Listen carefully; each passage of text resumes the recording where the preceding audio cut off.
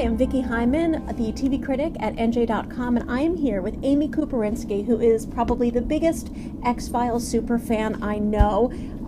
If you read our back and forth recap of the first episode, you will hear all about the poster she has and the autograph she has and all the super nerdy things that she has done with the X-Files. But let's all cut in to my the, attic right now. Okay. But let's cut to the chase. We are talking about the second episode, Founder's Mutation, and we both think that it was actually a big improvement on the premiere, which neither one of us liked very much, but still a little bit disjointed, all over the place, very fast, and it was hard to keep up, but better, I would say. A step in the right direction. Now, would you characterize this as a Monster of the Week kind of episode? Because it did start off that way. Yes, it did, definitely, and I thought all the way Monster of the Week, but then I was like, oh, okay, William, alien DNA, that's coming back.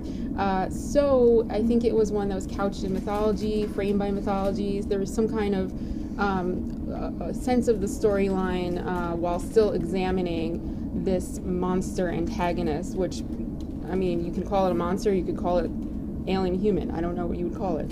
Oh, well, basically, we have Mulder and Scully investigating what could be a eugenics experiment using alien DNA, possibly funded by the Department of Defense. It also big shocker there. Yeah. It also allowed us to get to some very creepy imagery for which X-Files is famous. There was basically a parade of children with various disorders, which were very difficult to look at. What did you think of that? I thought it was good at making somebody else vulnerable besides Mulder and Scully. Like, you saw the impact of this outside of the two of them and outside of that Sveta person, yes. Which very short-lived. No Sveta this week, no thank Sveta. Goodness. She was interesting. And there were some, we were talking about comic relief moments that was yes. very welcome from the intensity of last week, I would say. But seeing the children, that was very, it really was memorable, I would say. And it got us into the framework again of government conspiracy affecting many people, including Mulder and Scully. Yes. Now, you mentioned you watch these things when you're also on Twitter at the same time, and Twitter blew up yes. when Mulder and Scully both had these sort of would-be flashbacks yes. to what it would have been like had they raised the child that they had together, which I thought was done really beautifully and really drew me into their story. Yeah, it was very believable.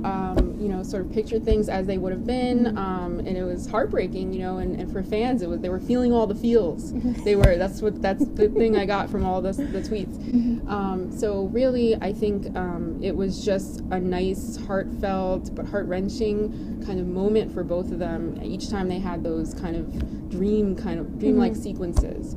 But even though they really didn't happen, so we got a sense of what it could have been like. But the problem is that they took time to do that, and I think it sacrificed some coherence sure. in the story. There was a lot of stuff going on yes. with these eugenic kids, a lot of links that were made that probably never should have been made or were made by accident, and how they ended up figuring out that there was apparently the son of the doctor yes. in charge of the experiments, Goldman, yeah. played by Doug Savant from Melrose Place. Yeah. Took me a while to place that. Yeah.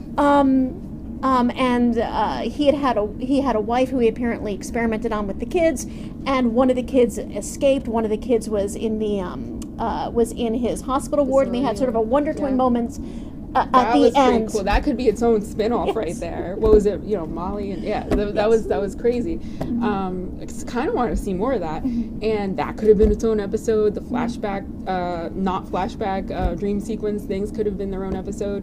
So I think it was kind of all there together, and I understand with only 6 episodes why that had to be, but it was still a little jarring. So looking forward, we know that next week will be a guaranteed Monster of the Week Darren Morgan penned episode. What does it mean for it to be a Darren Morgan penned episode? Oh my gosh, everybody knows Darren Morgan writes the best episodes, and they will be funny, and it will be witty, and it will be old school X-Files, I guarantee it. Okay, and we could really use that. Yes.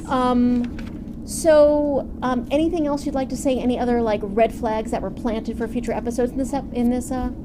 Sure. There was a lot of mention of technology and being pre-Google and old school, and I kind of like that and where that's going because it's acknowledging the 90s roots of the show.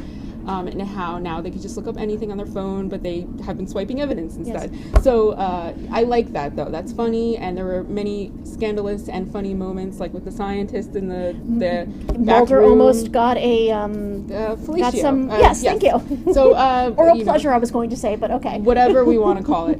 That was a weird moment, but it was played very well. Very well handled. Yes.